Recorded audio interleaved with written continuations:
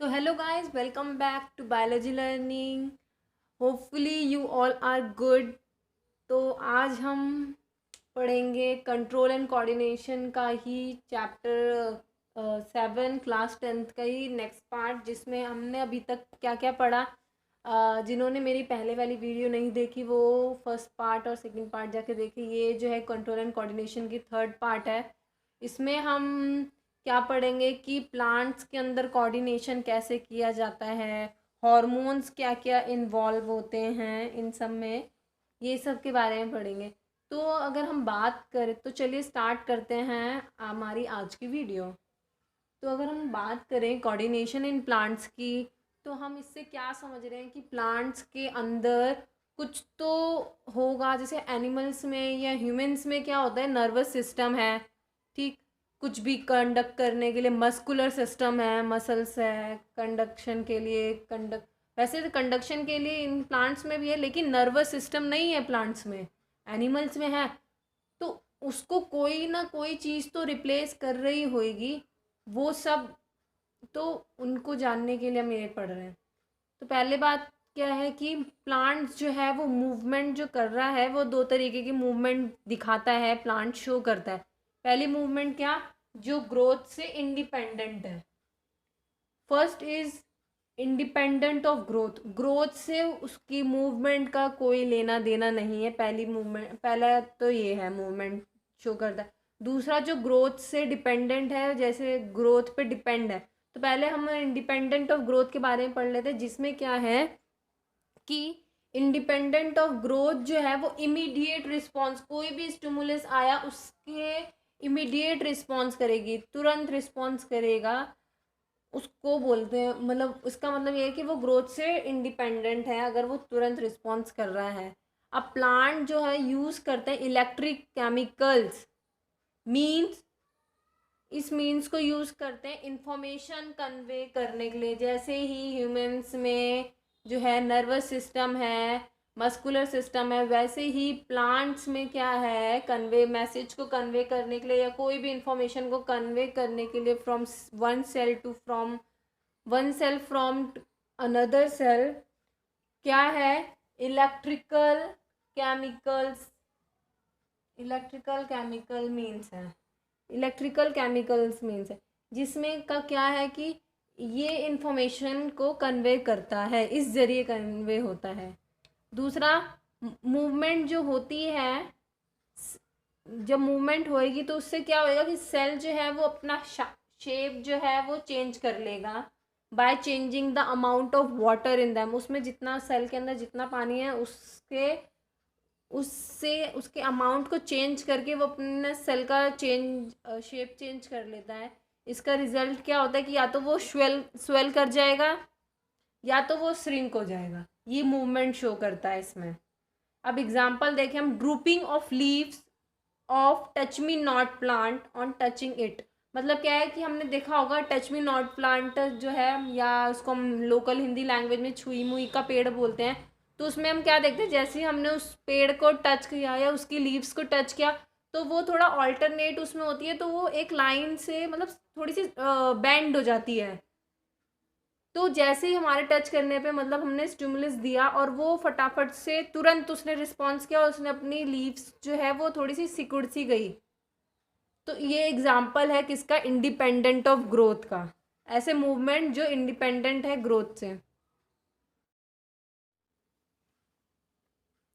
अब हमने क्या, इंडिपेंडेंट ऑन ग्रोथ तो पढ़ लिया कि ग्रोथ से कैसे इंडिपेंडेंट है। अब हम पढ़ते हैं कि दूसरा है कि ग्रोथ पे कैसे डिपेंड करता है प्लांट्स का मूवमेंट। तो इसमें क्या होता है कि मूवमेंट ट्रॉपिक मूवमेंट होते हैं। इसमें कैसी मूवमेंट होती है, ट्रॉपिक मूवमेंट, मतलब डायरेक्शनल मूवमेंट होती है स्टिमुलस के रिस्पॉन्स से। जिधर से या जिस टाइप का स्टिमुलस आएगा उसके हिसाब से डायरेक्शनल मूवमेंट होएगी। जैसे कि ये कुछ मूवमेंट दी हुई हैं, कैसे कैसे शो करता है, जैसे टेंड्रिल्स हैं। We all know that the what is tendrils. if we supposed to say that the in a pea plant there is tendrils, हाँ। तो क्या है कि टेंड्रिल्स में है टेंड्रिल का कुछ पार्ट, जो part of tendril away from the object grows more rapidly, मतलब कि कोई उस टेंड्रिल्स के ऑब्जेक्ट से जो दूर है वो ज़्यादा जल्दी या और ज़्यादा रैपिडली ग्रो करती है as compare to the part near the object, वो पार्ट जो ऑब्जेक्ट के नियर है। दिस कॉजेज, इसकी वजह से क्या होता है कि circulating of tendrils around the object, अब मान ले जिसकी वजह से क्या होता है कि उस ऑब्जेक्ट के टेंड्रिल्स जो है वो राउंड राउंड घूम पाता है। मतलब हम क्या बोल सकते हैं, अब जैसे हमने पी प्लांट है उसमें देखा हमने टेंड्रिल्स निकली है, तो कोई भी ऑब्जेक्ट है वहाँ से टेंड्रिल्स जा रही है, मतलब चढ़ना चालू करिए तो क्या करेगा, जो उस मान लो ये ऑब्जेक्ट है, अब इस ऑब्जेक्ट के यहाँ जो पास में होएगा उससे ज़्यादा जो थोड़ा दूर है वो जल्दी ग्रो करेगा, तो फटाफट से जो दूर वाला पार्ट है वो सर्कुलेट करना जल्दी ग्रो करेगा और रैपिडली ग्रो करेगा, और फिर वो राउंड राउंड ऐसे ऑब्जेक्ट के सर्कुलेट हो जाएगा। इसको इस तरीके से टेंड्रिल्स जो है वो डिपेंड, मतलब शो करता है मूवमेंट डिपेंड, जो कि डिपेंड करता है ग्रोथ पे। अब फोटोट्रॉपिज्म क्या है, इसमें क्या होता है कि जिस तरफ लाइट होएगी उस तरफ मूवमेंट होएगा, ऐसी मूवमेंट को हम फोटोट्रॉपिज्म बोलते हैं। और ऐसी मूवमेंट जो कि ग्रेविटी के टूवर्ड्स या अवे होएगी, अवे शो करेगा, उसको हम जियोट्रॉपिज्म बोलते हैं। और ऐसी ग्रोथ, कीमोट्रॉपिज्म क्या है, जिसमें हम पॉलन ट्यूब्स का ग्रो करना, growth of pollen tubes towards ovule के पास, ओव्यूल्स के टुवर्ड्स जो है वो पॉलन ट्यूब्स का ग्रो करना क्या कहलाता है, कीमोट्रॉपिज्म। और हाइड्रोट्रॉपिज्म जो है वो मूवमेंट टुवर्ड्स वाटर जो है, ऐसी मूवमेंट हाइड्रोट्रॉपिज्म कहलाती है। अब हम पढ़ेंगे किसके बारे में, हॉर्मोन्स के बारे में, कि hormones in plants and hormones in human, कैसे क्या कौन कौन से हॉर्मोन्स इन्वॉल्व होते हैं एनिमल्स में भी और प्लांट्स में भी। अब हम प्लांट हॉर्मोन्स के बारे में पढ़ते हैं। इसमें क्या है कि, और पहली बात तो हॉर्मोन्स क्या है, एक केमिकल कंपाउंड है जिसकी वजह से हमें हेल्प मिलती है कोऑर्डिनेट करने का, मतलब प्लांट्स को हेल्प मिलता है कोऑर्डिनेट, ग्रोथ करने में, डेवलपमेंट करने में, और या इन्वायरमेंट से कैसे रिस्पॉन्स करना है, उस चीज़ को ये सब हॉर्मोन्स कंट्रोल करते हैं। तो हॉर्मोन्स क्या है, केमिकल कंपाउंड है जो कि कोऑर्डिनेट करता है किस किस को, ग्रोथ को, डेवलपमेंट को कोऑर्डिनेट कर, और क्या करता है, रिस्पॉन्स की, इन्वायरमेंट से रिस्पॉन्स कैसे देना है। तो मेन प्लांट हॉर्मोन्स जो हैं ये 4 हैं। पहला है ऑक्सिन, ऑक्सिन पहला है। इसमें क्या है कि सिंथेसाइज, ये कहाँ पर होता है, शूट टिप, जो भी शूट है उसके टिप पे, उसके एकदम यहाँ पर टिप पे, एकदम टिप पे प्रेजेंट बनता है, सिंथेसाइज्ड होता है, और help the cells to grow longer, और हेल्प करता है कि सेल्स जो हैं वो लॉन्गर ग्रो करें। इन्वॉल्व इन फोटोट्रॉपिज्म, मैंने अभी बताया था कि फोटोट्रॉपिज्म क्या होता है, जो टूवर्ड्स द लाइट मूवमेंट जो होती है उसमें इन काम आता है ऑक्सिन। शूट टिप में सिंथेसाइज्ड होता है और क्या करता है, सेल्स को ग्रो करने, लंबे ग्रो करने में काम आता है। जिब्रेलिन दूसरा है, जिब्रेलिन, जिब्रेलिन क्या है, help in the growth of the stem, ये तो टिप पे होता है, शूट टिप से, ये जो हेल्प करता है स्टेम को ग्रोथ करने में, स्टेम की ग्रोथ को। साइटोकाइन तीसरा है साइटोकाइनिन्स। साइटोकाइनिन क्या है, ये एक तो प्रमोट करता है सेल डिवीजन, ये हॉर्मोन्स क्या करता है, सेल डिवीजन को प्रमोट करता है। We all know that what is cell division, cells का डिवाइड होना, it is known as cell division. अब वो भी अलग, ये चीज़ अलग है, इसलिए मैं यहाँ पर ज़्यादा इसको डिस्कस नहीं करूँगी। बस साइटोकाइनिन्स जो है वो सेल डिवीजन को प्रमोट करता है। Present in the greater concentration in fruits and seeds में जो होता है ये साइटोकाइनिन्स बहुत ज़्यादा होता है, फ्रूट एंड सीड्स में इनकी कंसंट्रेशन जो है वो बहुत ज़्यादा होती है, किसकी, साइटोकाइनिन्स की। चौथा है अब्सेसिक एसिड। अब्सेसिक एसिड्स क्या होता है, ये ग्रोथ को इनहिबिट करता है, रोकता है, और कॉज करता है, कॉज करता है विल्टिंग ऑफ लीव्स। विल्टिंग क्या होता है कि टर्जर प्रेशर की वजह से जो प्लांट या जो भी पार्ट सिकुड़ जाता है, या जो वाटर की जिनकी कंसंट्रेशन ख़राब हो जाती है, उसको विल्टिंग करने में एब्सिसिक एसिड काम आता है। और ये स्ट्रेस हार्मोन्स का भी रोल प्ले करता है। अभी हमने हार्मोन्स इन प्लांट्स पढ़ा, अब हमारे पास है हार्मोन्स इन एनिमल्स। तो मैंने पहले भी प्लांट्स में भी बताया कि हार्मोन्स क्या है, इसमें भी बता रही हूँ। हार्मोन्स जो है केमिकल सब्सटेंस है जो कि कोऑर्डिनेट करते हैं एक्टिविटी को कोई भी लिविंग ऑर्गेनिज्म की और उसके ग्रोथ को भी। तो पहले तो क्या है कि एंडोक्राइन ग्लैंड्स हैं होते हैं एनिमल्स के अंदर। एंडोक्राइन ग्लैंड्स हैं, उसका मतलब क्या है, ऐसे ग्लैंड जो अंदर प्रेजेंट हो बॉडी के अंदर।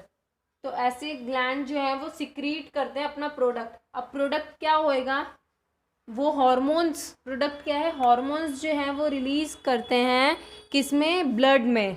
तो ये कुछ लिस्ट बनाई हुई है मैंने 5 जो कि हॉर्मोन्स हैं, वो क्या कौन सा एंडोक्राइन ग्लैंड जो है सिक्रीट करता है, वो कहाँ प्रेजेंट होता है, उसका काम क्या है, सब लिखा हुआ है। थोड़ा सा मे बी छोटा छोटा लिखा है, इसको आप जूम करके पढ़ लीजिएगा।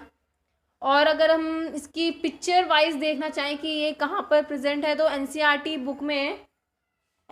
बुक में दिया हुआ है।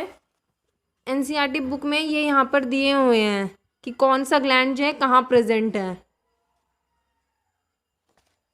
अब एक एक करके पढ़ते हैं। पहला हार्मोन क्या है, थायरॉक्सिन हार्मोन। ये कहाँ प्रेजेंट, कौन सा एंडोक्राइन में प्रेजेंट है, कौन सा एंडोक्राइन ग्लैंड जो है वो सिक्रीट करता है, थायराइड ग्लैंड। ये प्रेजेंट होता है कहाँ पर, लोकेशन होती है नेक या थ्रोट रीजन में। इसका काम ये है कि regulation of metabolism of carbohydrate, मतलब फैट्स का, कार्बोहाइड्रेट्स का, प्रोटीन्स का मेटाबॉलिज्म को रेगुलेट करता है। दूसरा है ग्रोथ हार्मोन। ग्रोथ हार्मोन क्या होता है, पिट्यूटरी ग्लैंड जो है वो सिक्रीट मतलब वहाँ सिक्रीट करता है। इसको हम मास्टर ग्लैंड भी बोला जाता है। इसकी लोकेशन कहाँ होती है, मिड ब्रेन में। और इसका काम क्या होता है, ग्रोथ रेगुलेट करता है, ग्रोथ को और डेवलपमेंट को रेगुलेट करता है, इसलिए इसको मास्टर ग्लैंड कहा जाता है।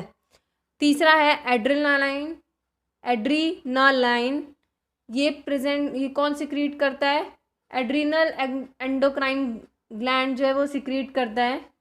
ये लोकेशन कहाँ पर है, अबव बोथ किडनी के ऊपर पाया जाता है। इसका काम क्या है, ब्लड प्रेशर को इंक्रीज करना, हार्ट बीट को इंक्रीज करना और कार्बोहाइड्रेट के मेटाबॉलिज्म को भी इंक्रीज करना जब ज़रूरत होए, इमरजेंसी के टाइम पे। चौथा हॉर्मोन्स है इंसुलिन। इंसुलिन जो है वो क्या है, कौन सिक्रीट करता है, पेनक्रियाज से सिक्रीट होता है।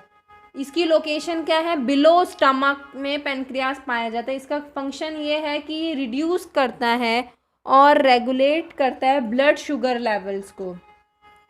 लास्ट है सेक्स हार्मोन। सेक्स हार्मोन्स तो क्या है, उसमें से ये इनको सेक्स हार्मोन्स कहते हैं। टेस्टोस्टेरोन रिलीज होता है मेल्स में और ईस्ट्रोजन रिलीज होता है फीमेल्स में। टेस्टोस्टेरोन को रिलीज करता है कौन सा ग्लैंड, टेस्टिस ग्लैंड करता है। और ईस्ट्रोजन कहाँ से रिलीज होता है, ओवरीज से रिलीज होता है। लोकेशन क्या है, जेनिटल या लोअर एब्डोमेन एरिया में इसकी लोकेशन पाई जाती है। काम क्या है, चेंजेस एसोसिएटेड विद प्यूबर्टी के साथ साथ इसमें भी चेंजेस लाना, इसका काम ये है। तो अब ये हमको बहुत सुनने को मिलता है कि हमें नमक जो है वो ऐसा, सॉल्ट जो है वो ऐसा खाना चाहिए जिसमें आयोडीन हो। तो क्यों बोला जाता है कि आयोडाइज सॉल्ट ही खाना चाहिए, क्योंकि आयोडाइज सॉल्ट जो है नेसेसरी है, बिकॉज आयोडीन मिनरल जो है वो नेसेसरी है। अब आयोडीन मिनरल जो है वो एक एसेंशियल पार्ट है थायरॉक्सिन हार्मोन का, जो कि सिक्रीट करता है कौन सा ग्लैंड, मैंने पीछे भी टेबल में बताया कि थायराइड ग्लैंड सिक्रीट करता है। अब थायरॉक्सिन का काम क्या है, ये रेगुलेट करता है metabolism of carbohydrates, fats, protein, इन सबको का रेगुलेट मेटाबॉलिज्म करता है। सो भी अगर हम कंज्यूम करेंगे iodise salt which is necessary for proper working of thyroid gland, जो कि मतलब नेसेसरी है थायराइड ग्लैंड के काम के लिए, तो सही रहेगा। क्यों, और अगर हम ऐसा नहीं कर रहे तो हमें इससे एक बीमारी हो जाती है जिसका नाम है goitre. The disease is known as goitre, in which क्या होता है कि नेक जो है वो स्वॉलन हो जाती है, फूल जाती है। ये अगर हम आयोडाइज नमक नहीं खाएंगे तो, इसलिए बोला जाता है कि नमक हमें ऐसा लेना चाहिए जिसमें आयोडीन हो। दूसरी बात क्या है कि एक आजकल हम बहुत सुनने के लिए मिलता है डायबिटीज़। डायबिटीज़ क्या है, एक ऐसी डिजीज़ है जिसमें ब्लड के अंदर शुगर लेवल जो है वो इंक्रीज हो जाता है, तो उस बीमारी को क्या बोलते हैं हम, डायबिटीज़। इसका कारण क्या है, due to the deficiency of insulin hormones जो है, उसकी डेफिशिएंसी की वजह से उसका सिक्रीट जो, अब इसको सिक्रीट कौन करता है, पेनक्रियास सिक्रीट करता है। अब इसका काम क्या होता है कि ब्लड शुगर लेवल को कंट्रोल करना, तो वो नहीं हो पाता सही से, इस वजह से हमें डायबिटीज़ हो जाती है। ट्रीटमेंट क्या है, मेडिसिन होती हैं, इंजेक्शन्स होते हैं, या अपने आप से अगर ज़्यादा बढ़ नहीं रहा तो आप अपने आप से थोड़ा सा शुगर जो है वो कम खाना करें तो भी ठीक हो सकता है। और दूसरा है कि ये है कि अगर हम मान लो इतने हॉर्मोन्स हैं, ठीक है, बॉडी है, हॉर्मोन्स हैं, अब वो कभी कभी क्या होता है, कभी ज़्यादा भी हो जाता है, कभी कम हो गया, कोई हॉर्मोन्स कभी ज़्यादा निकल रहा है, कभी कम निकल रहा है, तो इसको कैसे मैनेज किया जाता है, तो इसके लिए भी बॉडी के पास क्या होता है, फीडबैक मैकेनिज्म होता है। क्या होता है, फीडबैक मैकेनिज्म। इसमें क्या होता है कि द एक्सेस और डेफिशिएंसी ऑफ हॉर्मोन्स, चाहे वो ज़्यादा हो चाहे वो हॉर्मोन्स का कम होना हो, दोनों ही तरीके से हार्मफुल इफेक्ट करता है हमारी बॉडी पे। तो इससे बचाने के लिए फीडबैक मैकेनिज्म है जो कि मेक श्योर करता है कि हॉर्मोन्स जो है वो एक should be secreted in a precise, जितना हमें उसको क्वांटिटी चाहिए उतना ही और उसी टाइम ही निकले। ये कौन इंश्योर करता है, ये फीडबैक मैकेनिज्म इंश्योर करता है। अब एग्जांपल देखते हैं, जैसे कि हम शुगर लेवल ब्लड में इंक्रीज हो गया है, ताकि इन्हें मतलब कंट्रोल कर रहा है शुगर लेवल्स को ब्लड के अंदर, तो क्या होएगा, मान लो इंक्रीज हो गया, राइज हो गया, तो उसने क्या किया, detected by the cell of pancreas, क्योंकि इंसुलिन जो है वो कौन रिलीज करता है, पेनक्रियाज, तो पेनक्रियाज के सेल्स ने डिटेक्ट किया और सिंथेसाइज किया इंसुलिन को, और उसको किस में भेज दिया, ब्लड शुगर लेवल्स फॉल्स। अब सिंथेसाइज किया इंसुलिन को और क्या हुआ, लेवल जो है ब्लड शुगर का वो डाउन चला गया। अब इससे क्या हुआ कि स्विच ऑफ कर दिया फीडबैक सेंट को, कि अब जो है शुगर नहीं, मतलब इंसुलिन जो है वो नहीं बनेगा, और फिर क्या हुआ, स्टॉप सिक्रीटिंग मोर इंसुलिन, फिर उसने क्या कर दिया, अब स्टॉप कर दिया पेनक्रियाज ने इंसुलिन सिक्रीट करना। तो इस तरीके से कोई भी हॉर्मोन्स जो है वो कंट्रोल किया जाता है। तो होपफुली आपको मेरी वीडियो अच्छी लगेगी, और अच्छी लगी तो प्लीज़ लाइक करें, कमेंट करके मेरे को बताएं, और सब्सक्राइब करें अगर मेरे चैनल पे नए हैं तो। Thank you.